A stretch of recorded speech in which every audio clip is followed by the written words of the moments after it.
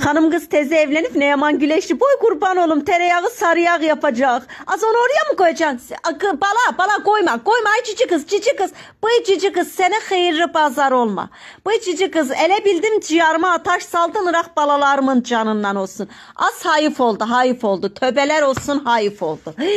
Boy o kadar gitti. Dünyanın tereyağına sarı yağına taşnıyı kızarttı.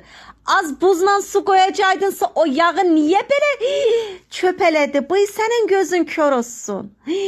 Töbeler olsun bunun sahabı ölsün bu da yanına uzansın. Az bunun sahabı demir mi ay kızım? Erine hayıftı günahtı o kadar tereyağına taşnık kızarar mı? Hele bak ne oldu, bir yağ koydu, biraz da sarımsak, biraz da gitti taşnikleri koydu, tuzumuzu onu bunu kattı karıştırdı. İndi desinler ki bu da erine çörek pişirir. Az ben o kadar tereyağını ele yapsam inan Allah'ına o kazanı benim başımın üstünde delerdiler. Hayıf oldu. Vallahi bize hayıf olur. Bunların kıymeti çoktu. O neydi az önce içti bu? Allah hanım kız tez